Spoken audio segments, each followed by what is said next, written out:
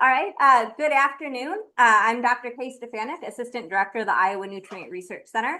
I want to welcome you all to our Fall 2025 seminar series, Working Towards Better Water Quality Through Regional Collaborative Research. Each seminar for this semester will have two speakers, one an INRC funded researcher and the other one of their collaborators at another institution. Today we have Dr. Jacqueline Comito.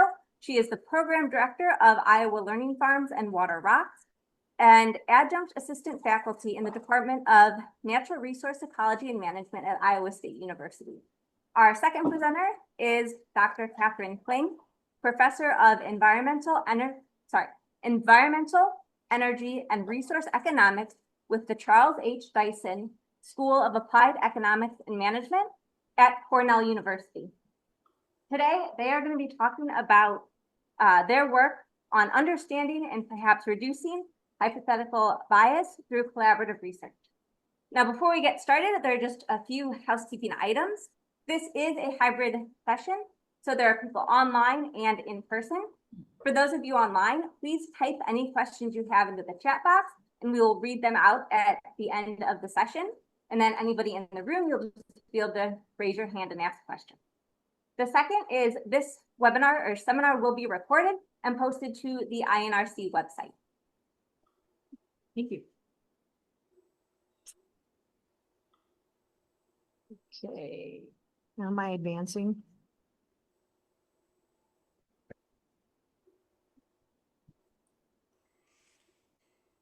One second, I got to figure out how to advance the computer here.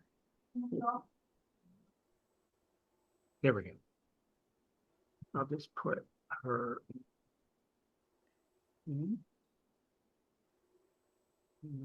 She's a lot. There we go. Right now. There you go. Yep. All right. So welcome. We'll get started. This is just our, am I using the like that one to advance? Yes. Okay, so Kathy, why don't you just get going? Okay. All right, go back so they can see our beautiful title and the picture. There we go. Oh, there's no picture. Hi, everybody. Jackie and I are going to tag team throughout this. As you're quickly going to see, it's going to be quite informal. My understanding is that you're kind of gathered to learn more about the research that's going on, but particularly the research that is done through big collaborative projects, which I think this one definitely falls into that category. Before I get started, I want to say hi to all of you. I assume most or all of you are Iowa Staters. While I'm no longer a faculty member at Iowa State, I was for 25 years. It's a great institution. I loved my time there. I met all kinds of wonderful colleagues, including Jackie, and have some great previous research with her and others. As well as Wendong Zhang, who some of you might know. He is also one of the participants in this work. He is currently online, but he just texted me and said he's sitting in the parking lot of his kids' piano teacher's lessons. So if you have some piano questions, be sure and shoot it towards Wendong. Seriously, welcome everybody. This is a project about the adoption of saturated buffers. Jackie will talk a little bit about why we chose saturated buffers as the target. I'm an economist. Wendong, my colleague, is also an economist. Jackie is a jack of all trades and has been wonderful at working with economists. So this project, at least the part that I'm most involved with, is very much focused on the economic questions of the willingness and cost of adopting conservation practices that have been developed at Iowa State and other places that are known to be effective in the corn, soybean, highly irrigated, highly drained landscape of Iowa for retaining and preventing nutrients, especially nitrogen, from getting in the surface water, groundwater. So that's the big sort of picture overview of what this is about. So now I'm going to drill down a bit to hopefully give you a bit more context. It's not cheap to do things on land, farmers, that will reduce the amount of runoff. Everybody here knows the scale, I suspect, of the issues and the concerns.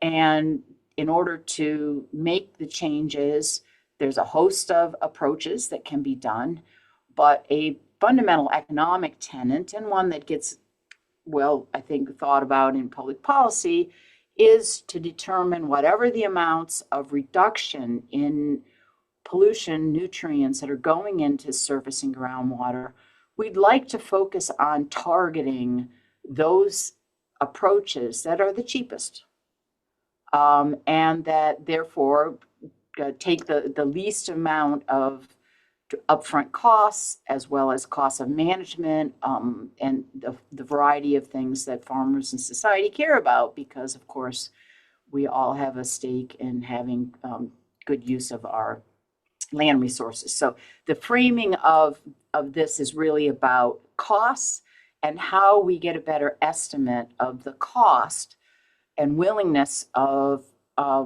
growers, farmers, to adopt practices. And again, the one we've chosen is saturated buffers. We have two key objectives. I just described the first one, which will be a survey that will hopefully inform us significantly, we hope, about the cost of adopting saturated buffers across the landscape.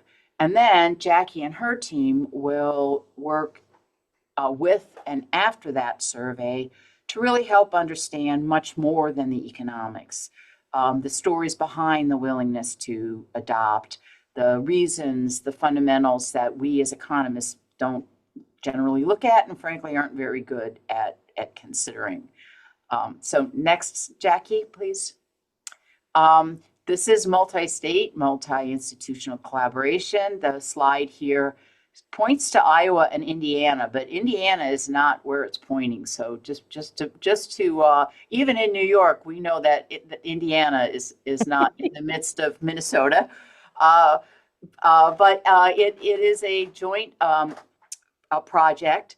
So through the funding from the Iowa Nutrient Reduction Center, which we very much appreciate, that funding is going to contribute to the joint survey we're going to do. In addition, we have received funding from a joint effort by Cornell University's Atkinson Center, which is a center on sustainability research. They have a partnership with, they do a number of NGOs, but they do, in this case, this is a partnership with the Nature Conservancy to fund projects that help solve problems, develop the science related to things that the Nature Conservancy is particularly focused on. And TNC, as many of you probably know, has a longstanding interest in addressing agricultural nutrient concerns in the Midwest. Jackie and her team, of course. Oh, yeah. I'm sorry, went too far. Yeah, you can go to the next one. That's fine. Yes. So here's the key things. Thanks. Yeah. This kind of, I've sort of said some of this. Iowa State, under Jackie's leadership, is really going to focus on the qualitative research and the substantial amount of outreach related to this project, both before, during, and after. At Cornell, me and my colleagues are going to be heavily related, working on survey design and analysis, building on work that Jackie, Wendong, and others have already done. So I'm stepping in on top of a wonderful set of known starting points. We've also brought in somebody from East Carolina University, Greg Howard, who's an expert in survey design and analysis of the type we're going to be doing. So that's going to be really helpful. And TNC, in addition to funding, is a partner in this. We will be collaborating and talking to them as we proceed in the research to be sure that we're sort of staying focused on things that will be most beneficial to them. So we'll talk a little bit more about the sort of tensions there. I'm going to pass this to Jackie because she's much more familiar Yeah, with so one ACP. of the tools that the Nature Conservancy will be using is the ACPF tool. That's going to help them really pinpoint like one, where our surveys are going to go. So some of the targeting of our survey, and then two, help us really get where the area where it would make the most sense to actually implement practices on 6 different farms as a result of this research. So this is how we're getting together to create where the survey will be administered in both Indiana and Iowa, based on the watershed and different aspects of that. Okay, so why saturated buffers?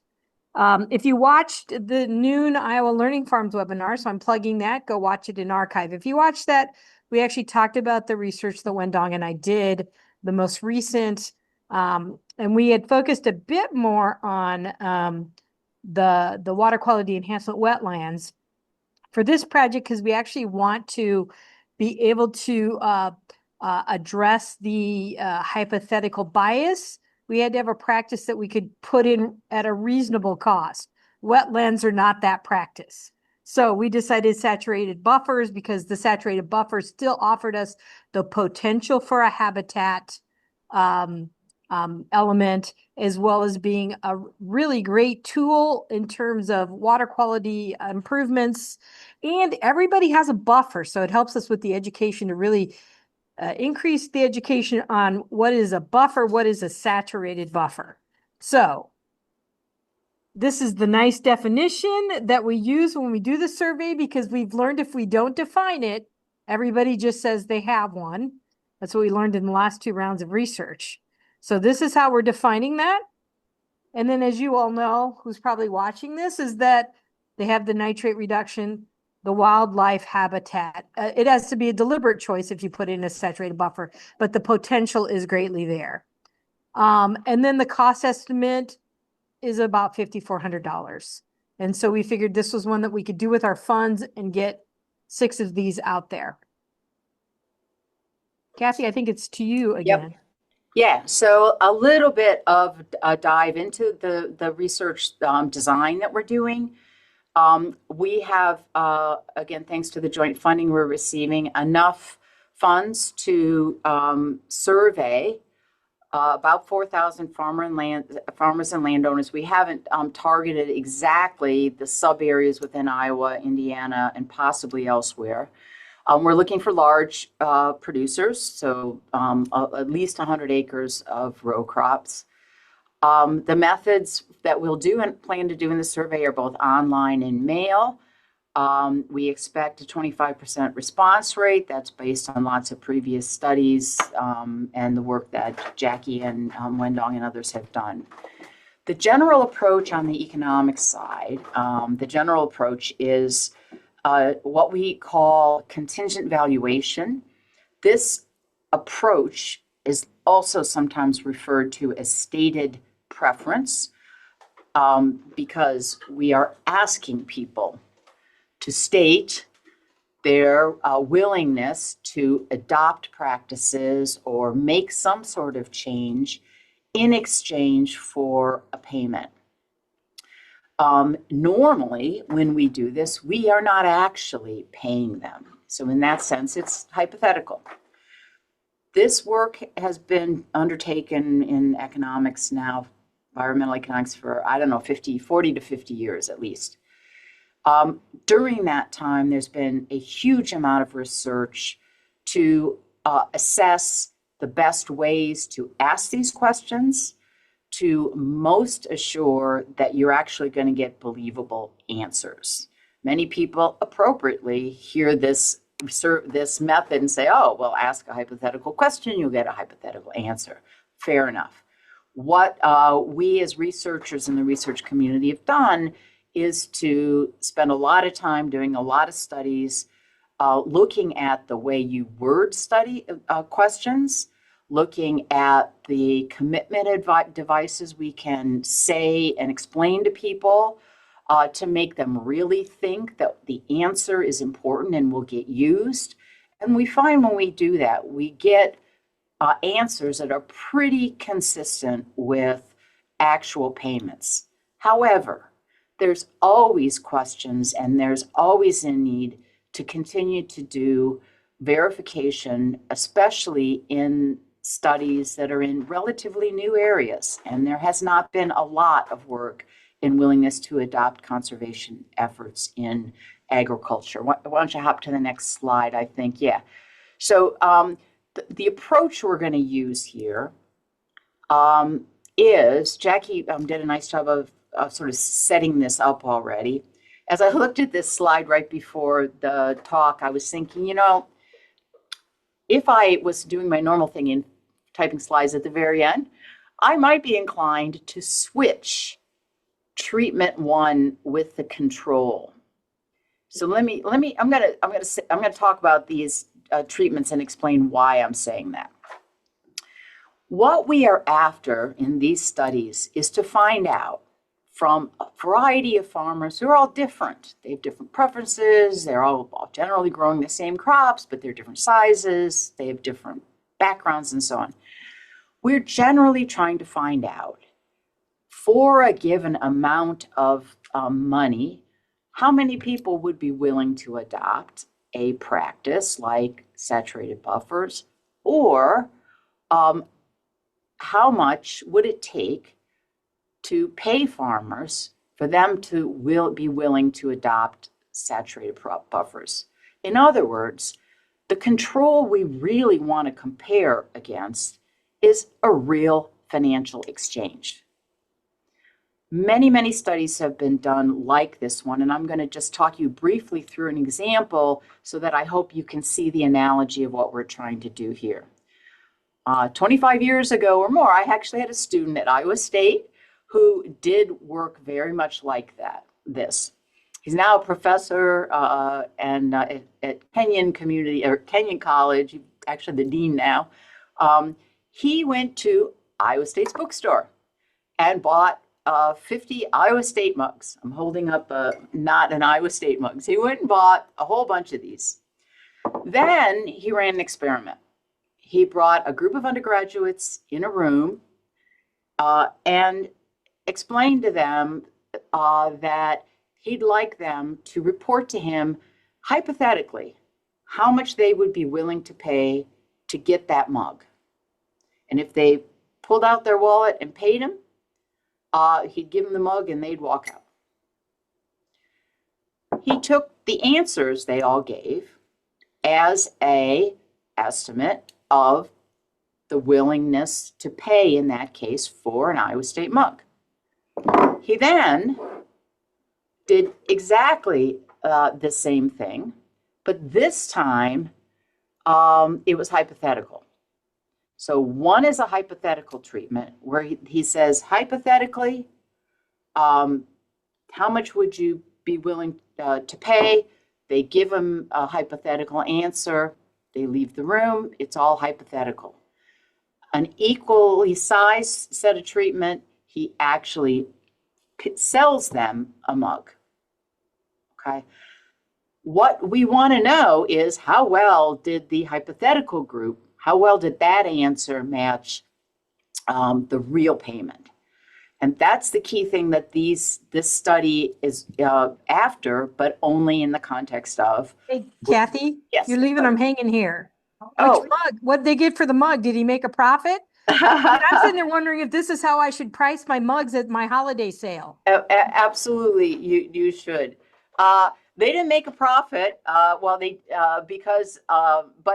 they did find that hypothetically, people said they would pay more than they would actually pay, and that's the hypothetical bias that we want to study. Many and because of studies like that in the past, we have learned like how to do the hypothetical treatments to get much closer matches. So I'm giving you an early one where there really was a pretty good size difference. Over time, more studies have helped us learn how to frame these. But that's I hope a clear example. And yes, that if you should learn that, I can send you some literature on how to make a profit, Jackie. We economists love to study that kind of stuff.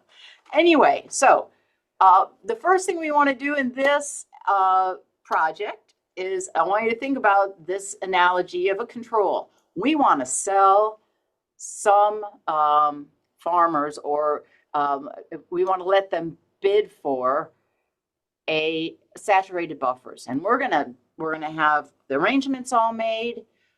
They just have to tell us how much compensation they would need for our team to come in and make a saturated buffer for them. So that's what we want to know. We currently only have funding for 6 actual payments and 6 actual of these, but we have schemes where we're hoping to work with TNC and possibly others to have funds to do more, because in experimental speak, that few number of subjects wouldn't give us a lot of precision. There's other ways we may design to stretch that, but that is still something that's in the works. Okay, so we're going to get this sort of control of the real payment, and then we're going to do a standard hypothetical type treatment. Then we're going to do 3 other treatments. And in the 3 other treatments, they're going to be like the hypothetical, except they are going to either have someone from a trusted local agency encourage them, or they're going to watch a video from a peer, male or female, 2 treatments, encouraging or describing this adoption. That's the setup. Hopefully that gives you a gist of it. And the peer videos are based on, we've already done this, and we've developed basically a 90-second peer video that we know is effective. And we're going to try those out again. Kathy, I think you already discussed this one. Yeah, sorry, I tend to blather on. Yes. Nope, you got this one. So we'll go to then the listening session. So after we do the survey, my job is to step in, and we're actually going to get, try to do 3 sessions, 3 peer groups, 2 people who were willing to put in the saturated buffer, and one group that was unwilling to. And so then I'm going to ask them questions to get at why they answered the way they did. These peer group discussions are always very useful because I've found in my 20 years of doing this work that you often get a more honest answer when they're sitting there in a group of their peers who know them, or maybe don't know them directly. But it's easier, I'm going to come right out, it's easier to lie in a one-on-one interview than it is in a group interview situation. And so I always find it a little bit more revealing when you do them in a group session. And we're going to explore, like I said, the decision-making, the video impacts, the barriers. If we get the same finding we did on the videos, that male respondents were more influenced by the female farmer, then I'm going to want to break that down and see what was going on in that. So there's a lot of questions that we'll do. I'm kind of excited about this because it's the first time we've added some qualitative data to what they're doing, and I have a bias toward qualitative data. I think it's more illuminating at times, or it just helps us not jump to some assumptions based on survey answers. It helps us maybe dig in a little bit deeper. So I'm pretty excited about that. I will say part of what we're to describe as some of the challenges, and we're going to get to another slide, but right here, the challenge of getting IRB to approve me being able to reach out to people to get them in the listening session. We're going to have to write it just right, so IRB will say that's a legitimate thing for us to do. So there are challenges with this research project.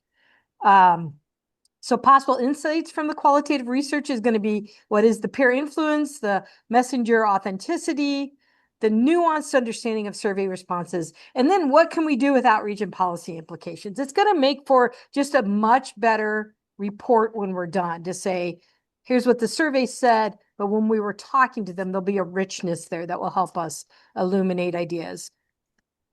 Okay, so the benefits of a multi-partner collaboration. I think the fact that we're in 2 states with the actual implementation of the survey. And then we've got Cornell, so we bring in actually two other states with East Carolina and Cornell. I think it brings credibility and relevance. I know on federal grants are always saying, well, does this go beyond Iowa? And it's like, well, sure, it does. It's relevant beyond Iowa. And in this case, we're leaving Iowa to make sure that people understand that it's relevant. It also taps into the local knowledge and regional impact. TNC being a partner is really important for doing that. Because I'm on the ground in Iowa, I'm also like, it's interesting. Ideally, we were hoping to be able to get like idols to help us do the hypothetical, to actually install the practices for whatever the farmers said they would do it for. But idols was politically concerned about doing that because they were worried that, oh, well, if the neighbor here gets it for 90% cost share, but the neighbor next door, we just installed one for 100% cost share, is that going to cause problems? So see, IDOLS has political considerations that the TNC is not going to care as much about. So, because Wendong and I had approached him a couple of years ago when you guys first started talking about doing this approach. And then useful insights for state and national decision makers. I mean, that's always the goal. In the end, we want to help inform policy. We want to help get more, as Kathy said, get these practices on the ground. And right now the numbers are so small, we can only go up, but how do we get there? You know, how do we get there? And that's what we're hoping we're going to be able to answer. I think this one's yours, Kathy. Is it yours? Yeah. So challenges. I mean, I really do. I just will double down on the points that Jackie just talked about. I think the benefits are huge of multi-state. I also think they're huge of multi-disciplines. And Jackie's done a great job describing that. You know, as economists, we have a certain set of a toolbox, a certain set of approaches, and an academic literature we're drawing from and contributing to. It's easy to to forget about all the other really important things that go into decision making at the local level on individual farms. And so the work she's doing is going to make it much richer and much more useful insight for anybody that's trying to learn from these findings about how to actually do a policy or incentivizing more adoption. Challenges, well, we're in different places. Jackie's not just down the hallway anymore. Fortunately for me, Wendong is, so I can still wander down and pester him. But as everybody knows, there are always more challenges across different locations, and data sharing and privacy, including stuff with IRB. We have a group of people with different IRBs in different universities, and so we all have to be very careful that we are meeting the expectations of our respective, and that just adds time. I think one that's really kind of interesting and important for some folks interested in doing this kind of collaborative research is that to some degree tension between publishing and academic goals and that faculty members, especially junior faculty members, have, and real applied, useful on the ground research. Finding the balance between the outreach and practical needs of various NGOs such as TNC, what they really want answers to. For an academic also has to be a research question that will be publishable in the kinds of journals that academic is needing to hit, so to speak, for promotion and tenure. That's one of the advantages of being a senior faculty member, is I have the luxury of not worrying about such things anymore. But I think it's real, and I don't think that our universities have figured out yet really how to manage that tension, because they want applied, good outreach and collaborative work, but they also have a set of standards. So I don't know, Jackie, other thoughts? Yeah. No, let's just go to questions, discussion. Let's see what their thoughts are. So in the room, any questions?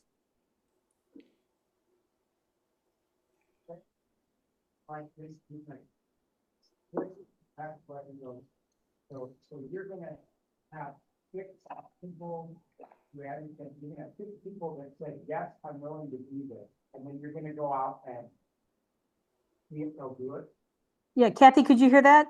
No, Okay, so basically the question was, have there been any other studies that have done something like this where we're gonna have 6 people who said that they would install the saturated buffer, and then we're gonna reach out to those 6 people and do it?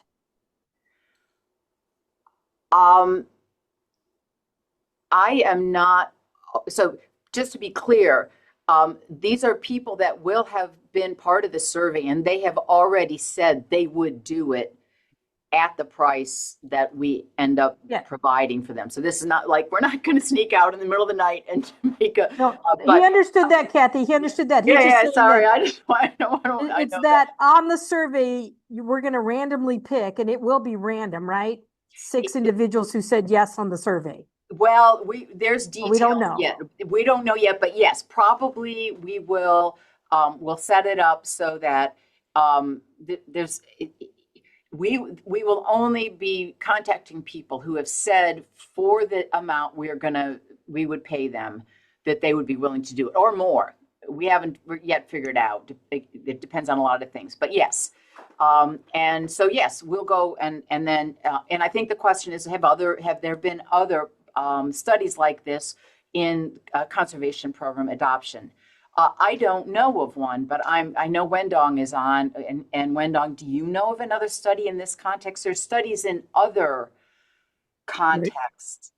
So the answer is yes, and the group Kent Masser and Paul Ferraro in a Sea Bear group was funding from USDA, and they're at Johns Hopkins and University of Delaware. They have done things like that with real payments, and sometimes they're trying to do reverse auction and let the farmers bid how much they're willing to get payments. I think that many of the contexts are cover crop adoption. For attributes, I haven't seen that. One of my experimental economist friends at University of Guelph in Canada, she got a very nice foundation money from a billionaire. So she did something in Canada, actually paying farmers for cover crop adoption as well. But you can think about that the farm could be 100 acres, and if you're paying $40, and each of the participation is quite costly. So that's part of the reason why you don't see a whole lot of this. And the final technical point is that you will see a lot of these kind of payments in Africa and India sometimes, and they're giving out 50 pounds of fertilizer, and they will give to another group like 25 pounds or 10 pounds and no fertilizer. And the reason why these are carried out in Africa sometimes is because that $50 one person or even 2 bags of those are much cheaper than the practice that we are talking about. Right, and this is actually a structure too that we're putting in, which I think cover crops, you plant them for 1 year, right? It's over. But this is a saturated buffer, and then hopefully we're going to be able to apply what we learn on this to bioreactors, to water quality enhancement wetlands. But it's an actual, we're altering their land. And so it's a little different. At least I think it is. I'm not the economist in the room. We'll find out from your great discussion how they feel about that and whether that is different. So yeah. Any other questions in here? Yeah. Actually, we are also working with those part. So I was so surprised, field of practice only have 1% adoption rate. So I'm also curious for the February buffer, what's the adoption rate? It's low. Yeah. Yep. So if you want to know what the adoption rate was for saturated riparian buffer? Tiny. Tiny. Wendong just said tiny. It's all tiny, or Kathy said tiny. Less than 2% of the land are using that. Yeah.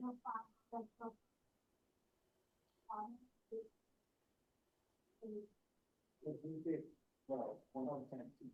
He just said less than 2%. That's what, for acres. There's less than one. Yeah. Yeah, they're not suitable. Yeah, yeah. Yeah, saturated buffers are not suited everywhere. That's coming out of the discussion in the room. That is certainly the case. But where they would be suited, we are still way, way behind, or it's a newer practice. Yeah.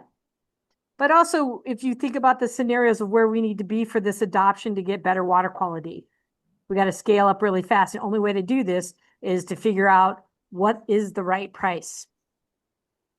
What will people really be willing to get to put these in? Yes.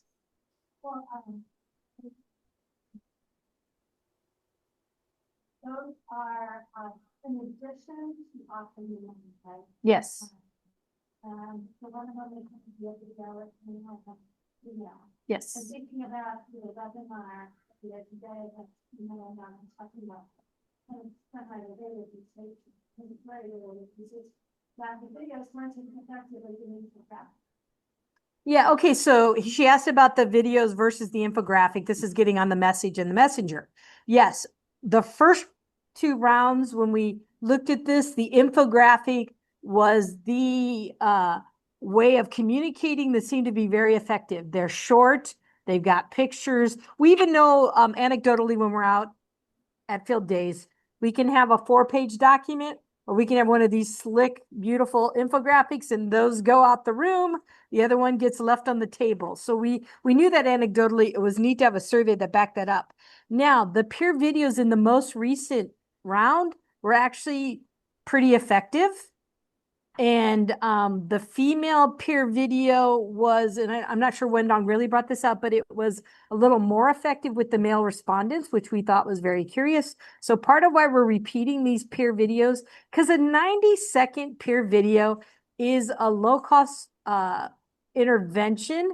It also could be effective in person if we start to understand how do we market, what do we say, keep the speeches short.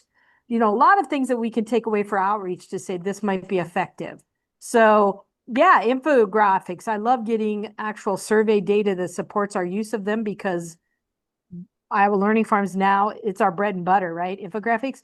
But I also like to explore this more of these peer videos.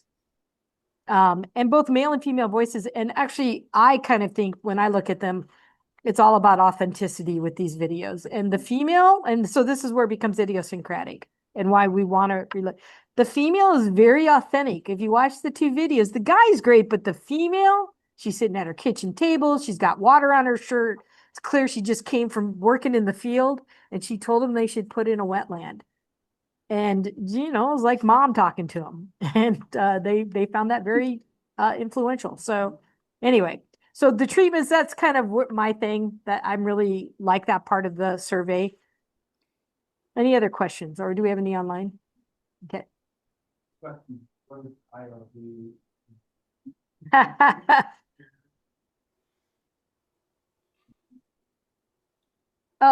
Okay, so Kathy, we got 2 questions. What is IRB? And 2, would we share the list of the willing landowners with IDOLs? The 2, I'm going to answer that one. Absolutely not. We can't unless we write that into IRB. Kathy, let you take the IRB. Internal Review Board, it's an acronym, and all research, all experiments done by faculty at any university has to go through a review process to be sure that it is safe, fair, it's necessary. We don't want people running experiments, and with respect to human subjects in particular. And human subjects, surveys by definition are involving humans. Many of the surveys we do are pretty easy to get through IRB because we're just asking them questions and it's voluntary and so on. When it gets something more complicated like this, where there's an actual transfer of funds, an actual transfer, in this case, of of service, like we're going to put a saturated buffer for them, there will be more scrutiny. And then there's always, very seriously, they take a very serious conflict of interest on our part, but also security. Like any names we get, we'll lose our job if we were to give those to IRB. I mean, to IDOLS or any other agency. It's really, really important for confidentiality. But here also ethically, Oh, the yes. 6 people that get picked, Yes. the TNC will not see their survey. They'll just get their name being told these 6 people were willing, and this is the amount of money they said. Absolutely. But they would not get their answers to their survey questions. Or in the listening session, I am also not going to be looking per se at this. I'll look at the aggregate data, but I won't look at their specific data. Because the law of averages would tell me that in my peer groups, I'm going to get the variety of answers. Again, just ethically, we can't do that without really, without getting their permission and without getting IRB. Remember, IRB is there to protect the university and to protect us as researchers. Mhm. Our ethics protect us as researchers, that we know there's just things we wouldn't do. So in a perfect world, you shouldn't need IRB, but the university needs them. Any other Jackie, questions? can I add something? Sure. So in a soft nudge by local agency, we haven't really figured out whether, say, we want to the local agencies, IDOLS or local soil water conservation districts. But in that treatment, that we are planning, for example, one way to make sure that you truthfully say your adoption intentions is for this one, we could potentially say that if you say yes, we will pass on your contact information to the local agency. So we will write into IRB that for this treatment, that the people who said yes, and we will get the permission to record their information, who they are, and pass on the contact information, stuff like that. And see, and that demonstrates the complicatedness of a multi-state project, because we needed Wendong on to answer that question. Yep. Because it was not my discipline. So Yep. Anyway, yes, Ann.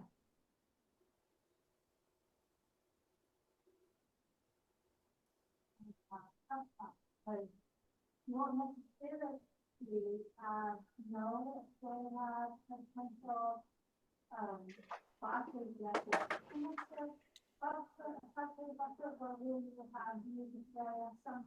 That's a great question. Okay, so Kathy and Wendong, this is a great question. Basically, she said, this is more complicated than cover crops, because even if they say they're willing, they may not qualify for a saturated buffer based on their land, because saturated buffers can't go everywhere. And so I imagine we're going to pick more than 6. They're still going to have somebody go talk to them if we pick their name, to go and do the interview to see if they qualify. I would say if we're actually going to that effort, the TNC would probably say, well, you don't qualify for a saturated buffer, but let me connect you with like IDOLS, where they could put in, a wetland or a bioreactor. So that's something we do need to talk about, is what happens when you do the review of their land once we pick the 6 people and their land isn't suited. Now, they have to go out, help me out. Tom, do you have to go out and actually look to see that? Yeah. So you have to actually do a farm visit. So I'm going to say that we need to prepare for that, because they're going to have to make contact and do a farm visit. But then what's our contingency if the farm doesn't qualify, if the spot doesn't qualify? So that's just another great question. Thank you, for us to think about. Yeah, I thought that the screening we could do with the tool ahead of time would prevent that, but now I've just learned it doesn't. So thank you all. Not totally. I'm learning. PCCF does have tools to be able to assess suitability test and stuff, but it gets a lot of false positives. Okay. Because it doesn't know if there's a child to bring it there or the specifics of the child bring. So it narrows it down, but you still need to do it. So Tom Eisenhardt's in the room and just said that the tool does do that, but it gets a lot of false positives because it doesn't know about if there's tile drainage there or not. So that you still got to do a site visit. Okay. So we just have to figure out and I think it's okay. You're still doing, from the outreach side of me, we're still doing a point of contact. They might be very suitable for another practice, at least in Iowa. The cost share right now is almost 100%, depending on what the other alternative practice is. So, yeah, I think we just need, this is a good, like, we just need to be factoring this in. Yep. Great point. Okay, Tom wants to know what's happening in Indiana. Which one of us? I can't answer that. Wendong can. Wendong, can you answer that? We give him the hard questions. Well, among all the three I states, we all prefer Iowa most. TNC has connections there, and some projects that their folks are interested in. And, so that's the reason for Indiana. That's about as much as I can explain about it. Wendong, Jackie, anything else? Well, I think again, these are what you're part of what the presentation today was about, the complicatedness of doing multi-state. And we had an initial meeting on the project back in August when it got in place. And it sounds like, and the more you work on it, the more you know what questions you need to ask all of the different partners on it. So this sounds like, Kathy, we need to get another meeting to really Absolutely. pinpoint what's happening. Yep. Yeah. Right. But one more detail is that the TNC contacts that we're nudging them to see whether they can get more money so that our planned 6 or 7 the actual installation can be bumped to 10 or something like that. Yeah. You have a question?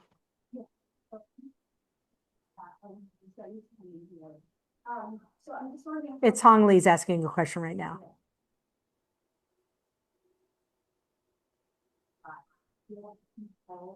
Yeah, you have this theory. I think it would be very interesting if you could imagine if there is an accepted bias, so because there's always real estate, maybe the expectation, the expect the finding is that there's less that people will see them. I think it would be interesting to say whether it's an example, whether your responding things are different. That depends on how you can play for those who's not also real. Nowadays, it's hard to get the response. Yeah. Okay, $50, $100, but people can do a survey, but without doing that, without asking physically, then it attracts a different example. But I don't want to start, it's not that important. Okay. And for those who actually they will answer the question only if it's that if you need to ask questions that for those who do not actually have the opportunity to participate in it, so we can get very much closer example. So Hong Lee, I'm going to ask, because that's a really complicated question that it sounds like you and Kathy and Wendong could have a really great conversation about. She wants to know how you're going to measure the hypothetical bias. And then she went into some very smart analysis about it. And so I'm going to encourage you three to talk offline because I cannot repeat that question. They couldn't hear you. Hong Lee, I'd love to hear your thoughts and yeah, via email or anything else. Obviously, it's probably clear to the whole room. We're just getting started and there's all kinds of details. I'm really focused on thinking about how we can design this work in order to get the largest sample of people who are responding to a real payment, because that's the way. And I'm hopeful that working with TNC and the Indiana, their contacts in Indiana, that they will flood us with money so that we can do a lot more there. But that's still probably wishful thinking. Anyway, She brought up that'd be payment. great. She brought up some alternative payments that might motivate a better response, right? Yeah, yeah. Yeah. There's lots of different ways, and that would be awesome to get her ideas. Thank you, Hong Lee. Yeah. That'd So be I just great. feel like, yeah, if you could talk to them, because that's like, I'm not the economist in the room, unfortunately. Okay.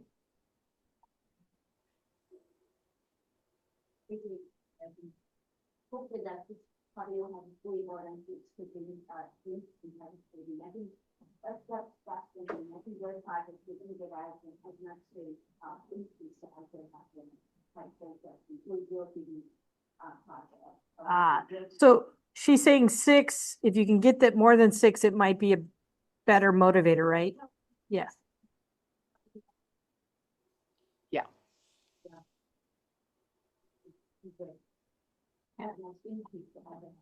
Yeah, she mentioned it. There was a study coming out of Michigan that showed they didn't get quite the response that they were hoping. Oh, okay, good. That's all stuff we need to learn about. Thanks. Yes, it's great having Hung Lee in the room right now. Yeah, there's another state, multi-state. Any anthropologists in the room out there? Anyone who can? Mhm. Ohio. It was from Ohio. Okay. Yeah, Dan. One more? Oh, we're over.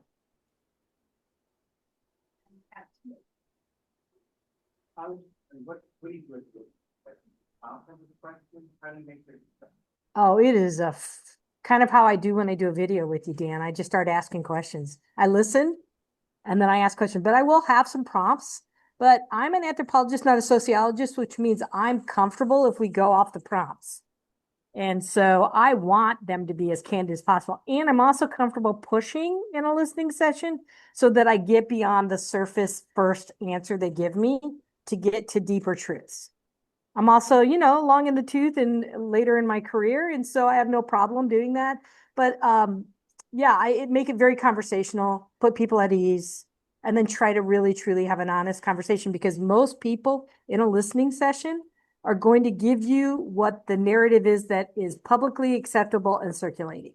And then after they do that, if you keep pushing it, they're going to give you more interesting information. So it's usually not the first or the second thing people say, it's the third, fourth, fifth, sixth. And then as the dialogue gets going, they forget it's being taped and we end up with a really nice thing. That's my style. Because I have no problem being a little bit more devil's advocate in a listening session, but in a kind, gentle way so as to not get me in trouble. I'm sure my economists now are just shivering in their boots listening to how I'm going to do listening sessions. It's worked for me. I've done over like 30 plus. And Matt's not gotten a single complaint. Nope. All right. I think we are done now.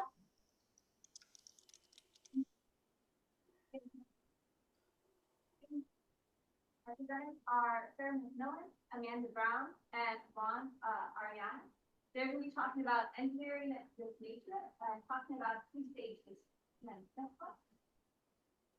Thank you for attending today. This is going to be recorded and can be found at this link or this link. But round of applause for our presenters. Thank you, Kathy and Wendong.